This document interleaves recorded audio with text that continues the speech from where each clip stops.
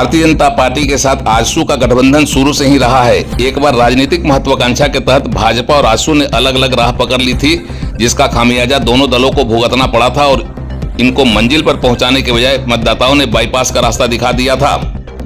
इससे सबक लेकर भाजपा और आजसू ने एक बार फिर अपने गठबंधन को अटूट बनाया, पर लगता है भाजपा तथा आजसू के गठबंधन में चुनाव के पहले ही गांठ लग गई है और यह अटूट गठबंधन टूट के कगार पर पहुंच गया है। आजसू भाजपा गठबंधन के दरकने तथा टूटने का संकेत चंदन क्यारी में देखने को मिला।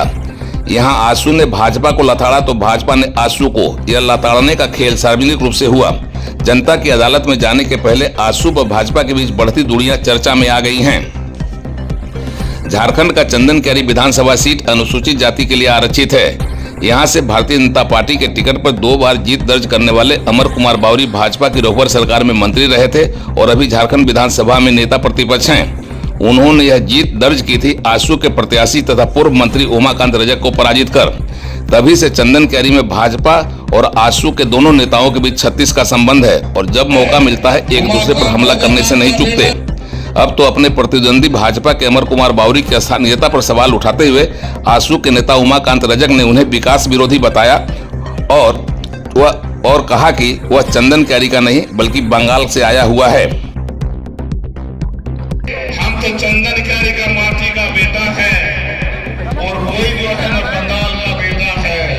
तो बंगाल का बेटा चंदन क्यारी का जमीन पर यहाँ पर जीतने के बाद कभी चंदन क्यारी के गरीब गुरबा का सोचेगा क्या? कभी नहीं सोचेगा, इसलिए ख्याल करना है। गठबंधन धर्म के विपरीत आजसू नेता की इस हमले की भाजपा में प्रतिक्रिया स्वाभाविक ही है। अमर कुमार बावरी उलट हमला करते हैं और यह नसीहत देते हैं कि अब उमाकांत रजक को दूसरा रास्ता देखना चाहिए। वे मानसिक संतुलन खो चुके हैं और चंदन क्यारी में बार बार यहाँ की जनता द्वारा खारिज किए जाने के बाद अब उनके लिए कोई स्कोप नहीं बचा है।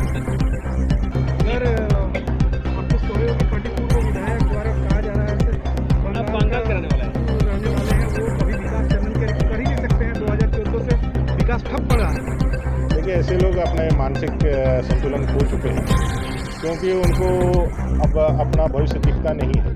तो इसी तरह के हथकंडे और इसी तरह के बयानबाजी करते रहते हैं, लेकिन जनता ने उनको 2 बार खारिज कर चुका है और उनको अब कुछ दूसरा रास्ता देखना चाहिए, मुझे यही कहना है। चंदन क्यारी की जनता का विकास क्या होता है चंदन क्यारी की जनता जानती है और तीसरी बार जब अभी 2024 में विधानसभा का चुनाव होगा तो ऐसे लोगों को जवाब चंदन क्यारी की जनता देगी। मुझे लगता है मुझे उसका जवाब देने के लिए कोई जरूरत नहीं है। चंदन क्यारी की जनता आम चुनाव में उनको जवाब दे देगी। चंदन क्यारी में आजसू और भाजपा की अपनी अलग अलग राह रही है। दोनों पार्टियों का गठबंधन रहा है, लेकिन चंदन क्यारी में कभी भी गठबंधन धर्म का पालन नहीं हुआ। पिछले 2 चुनाव में भाजपा आजसू के बीच दोस्ताना संघर्ष रहा है और यह संघर्ष आजसू पर भारी पड़ता रहा है। इस बार भी चंदन क्यारी में गठबंधन धर्म पर सवाल उठने लगा है। वैसे राजनीति में कभी भी कुछ भी संभव है, पर अभी कुछ और नहीं कहा जा सकता। केवल यहाँ का सीन यह बताता है कि चंदन क्यारी में आजसू भाजपा का गठबंधन टूट चुका है और अगर इसका प्रभाव राज्य स्तर पर पड़ा तो बेहिचक कहा जा सकता है कि झारखंड में एनडीए गठबंधन संकट में पड़ सकता है।